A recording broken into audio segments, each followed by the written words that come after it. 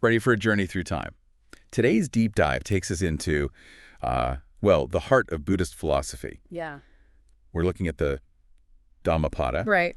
And specifically, Thich Nhat attempt to kind of make this ancient text relevant to us, to our modern lives. Yeah. You've got a lot of notes here, articles, even like highlighted passages. So let's unpack what's worth paying attention to. Okay, so what I think is so fascinating about the Dhammapada is how it just cuts to the chase. Like it zeroes in on this universal human desire to find peace, to free ourselves from suffering. And Eastwarren clearly understood that. Right. And his translation really tries to bridge this gap, right, between these ancient ideas and the complexities of, our 21st century lives. So we're not just talking like meditation retreats and chanting. No, no, no. This is supposed to be like a practical guide. Yes. To dealing with like everyday struggles.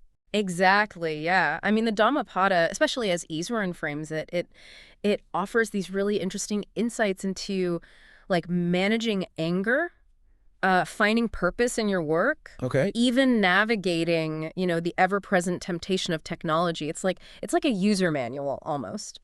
For a less stressful, more fulfilling life. All right, sign me up. Right. But let's get specific. Your notes mention some key concepts like dharma and karma. Right. What do those even mean? And how do they fit into this whole path to peace idea? Yeah. So dharma can be a tricky one because it has all these layers of meaning. Right.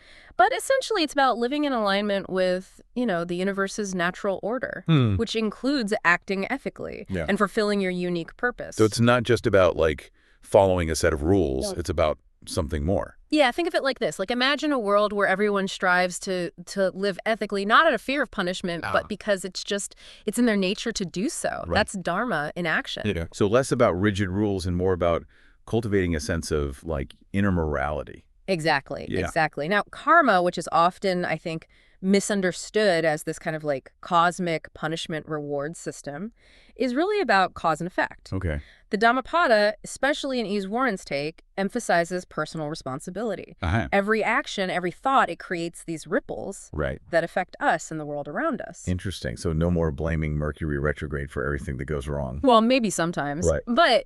But seriously, the Dhammapada encourages us to understand that we have more agency than we realize. By making conscious choices, we can shape our karma and in a way, shape our experiences. Yeah. It's empowering. It is. It tells us that we are active participants in our lives, not passive bystanders, just, along for the ride. That's a pretty powerful message. Right. But how does this all tie into achieving nirvana? Right. That ultimate state of peace and liberation from suffering. It's interesting. Nirvana, it's often, I think, misunderstood. Yeah. People think of it as like this blissful state that you reach after you die. Right. But the Dhammapada, it presents it as something that we can like experience here and now. It's about recognizing that suffering, it's part of life. Right. But it doesn't have to like control us. Okay. Through mindfulness, ethical action, and ultimately by kind of letting go of attachments. Okay. We free ourselves from suffering. So it's less about achieving like a permanent state of bliss. Yes. And more about learning to like navigate the ups and downs of life. Exactly. With more skill, awareness. Yeah. And the Dhammapada, especially in Eastwarren's translation, it kind of offers a framework for that navigation. Okay. Remember the Four Noble Truths? Oh, yeah. You mentioned those. Right. They kind of lay out the path to this liberation. Yeah, those did catch my eye. Can you remind me what those are again? Yeah. So they're actually quite simple and straightforward. The first truth acknowledges that suffering is real, part of the human experience. Right. The second one identifies the cause of suffering, which, in a nutshell, is clinging to desires and aversions. Right. The third one offers hope. Okay. It assures us that suffering can end. Good. And the fourth noble truth reveals the path to ending suffering, which is the Eightfold Path, which is the set of guidelines for ethical living, mindfulness, mental development, all of that good stuff. Okay, so it's like saying, hey, life throws curveballs. Yeah. But here's a way to catch them without, striking out every time. That's a great analogy. Yeah. And this is where I think Eastwarren's translation really shines, because he takes these ancient, concepts Yeah. and translates them into a language that resonates with our modern challenges. Like, for instance, he talks about how the Dhammapada's teachings on mindfulness, they can be applied to, our relationship with technology. So less doom scrolling, more being present. Exactly, yeah. It's like the Dhammapada is like the original guide to a digital detox. Precisely. It encourages us to be, conscious of how we spend our time, our energy, to find moments of stillness amidst the constant noise and distraction. Right. And this applies not just to technology, but like to all aspects of our lives, our relationships, our work, even like how we interact with our own thoughts and emotions. Right. Okay. So the Dhammapada is sounding less like, this ancient relic and more like a surprisingly relevant self-help guide. Right. But let's be real, like no text is without its flaws. Sure. What are some of the potential drawbacks or criticisms of, Iswaran's interpretation? That's an important question. So while Iswaran's translation is commendable, for its accessibility, some scholars argue that it oversimplifies complex philosophical concepts. Okay. Like, for example, his explanation of Anatman, the idea of no self, right, could be seen as a bit reductionist. So he makes it easy to digest, but maybe loses some of the nuance in the process. That's one way to look at it. It's also important to remember that every translation, it's an interpretation. Right. Right? Iswaran's background, his own understanding of Buddhism, it inevitably shapes how he presents these teachings, right, which might not always align perfectly with, other interpretations or the original Pali text. That makes sense. Are there any other aspects of his approach that we should be aware of? One thing to note is that Iswaran doesn't delve deeply into the historical and social content surrounding the Dhammapada. Yeah. So we don't get a full picture of how these teachings were understood or practiced in ancient India. So it's like reading the best of quotes, but not getting the full story. Yeah. Like we might miss some of the cultural nuances. Exactly. It's a bit like reading, like a simplified version of a Shakespeare play. Right. You get the main plot points, but some of the richness of the language, the historical context, might be lost in translation. Right. That's a helpful analogy. So we should approach Iswaran's Dhammapada as a starting point. Yes. A gateway into a much larger and more complex philosophical system. Precisely. And as with any deep dive, the real journey, it begins when we start asking our own questions. Right. And exploring different perspectives. Yeah. Which brings us to kind of the heart of your inquiry, right? The philosophical dilemmas that the Dhammapada presents. Right. Because this isn't just about learning definitions. Right. It's about wrestling with some pretty big questions about life, suffering, and what it even means to be human. Exactly. All right, so we've covered the basics of the Dhammapada, right, and Iswaran's take on it. Yeah. But now let's dive into the deep end, right? Yeah. The philosophical quandaries that this text stirs up. Yeah. We're talking about questions humans have been grappling with for centuries here. And that's what's so compelling, I think, about the Dhammapada, right? Yeah. Is that even thousands of years after, it was first written down, it still sparks these really fundamental questions. Right.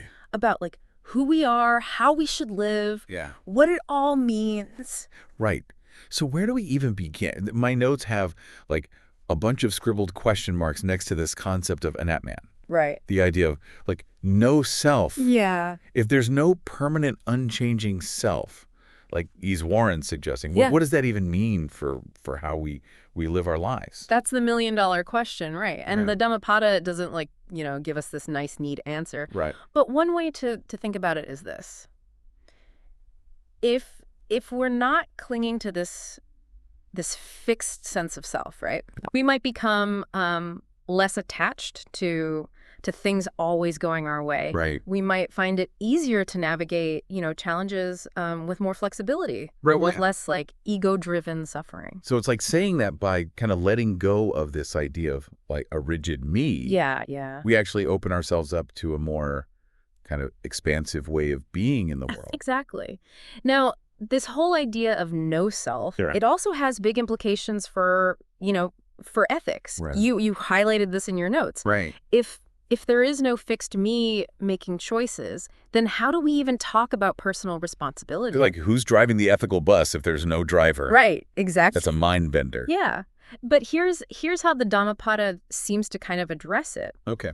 Even without this solid, unchanging self, our actions, they still matter. Right. Right? We're part of this web of interconnectedness. Okay. And our choices, however small they seem, they have ripple effects. So ethical behavior then, it becomes less about following rules, to get some kind of reward. Right. And more about acting with awareness and compassion in each moment. It's a different way of thinking about ethics, I think. It's less about, judgment. Yeah. More about recognizing the interconnectedness of everything. Precisely. Now, another point you were curious about was the Dhammapada's emphasis on nonviolence. Right. Which yeah, it's a noble ideal, no doubt. Yeah. But how does that play out in the real world? Right. Where violence and injustice are sadly still a reality. It feels like a huge dilemma. Like striving for peace within ourselves, that's one thing. Yeah. But what about when we're faced with situations where violence, feels inevitable? Right. Or at least, the easiest solution? It's a question with no easy answers. I mean, the Dhammapada, it encourages us to cultivate compassion for all beings, even those who harm us. But it doesn't offer these, specific instructions, Right. for dealing with every complex situation. So it's more about approaching these situations with a clear mind. Yeah. And an open heart, looking for solutions that minimize harm. Exactly. And promote, understanding. The Dhammapada seems to suggest that true peace, it doesn't come from avoiding conflict altogether, but from cultivating the inner strength and wisdom to navigate those difficult situations with as much compassion and skill as possible. That takes work. That takes real work. It does. It does. Speaking of things that take work, let's talk about nirvana. Okay. Is it really achievable, or is it just this abstract concept? Right. That's kind of out of reach for us, ordinary folks? Yeah. Again, the Dhammapada, it doesn't give us this definitive yes or no answer. Okay. But it does offer guidance. Okay. It suggests that nirvana is a state of being free from suffering. Right. A liberation that comes from, letting go of attachments and cultivating wisdom and compassion. So it's less about, reaching some distant destination. Yes. And more about the ongoing journey of self-discovery and growth. Precisely. The Dhammapada, even in Iswaran's interpretation, it reminds us that the path to peace and to fulfillment, it's a process. It's not a destination. Which in our, fast-paced, always-on world, that feels like a radical notion in itself. It does. It does. But maybe that's exactly the kind of wisdom that we need to carry with us. Maybe the real gift of the Dhammapada is that it encourages us to slow down. Yeah. To reflect, to find those moments of peace and clarity amidst, all the chaos. That's beautifully said. Thank you. So for our listener who, dove deep into the Dhammapada with us today, what's the key takeaway, the nugget of wisdom to hold on to? Perhaps it's this. While the Dhammapada offers, these really profound insights, it's not about blindly accepting dogma. Right. It's an invitation. Okay. To explore these teachings. Yeah. To ask those tough questions. Yeah. And to discover how they resonate in our own lives. And on that note of exploration and self-discovery, we'll wrap up this deep dive. Sounds good. Remember, the journey to wisdom is ongoing, and there's always something new to learn. Until next time, keep exploring, keep questioning, and keep diving deep.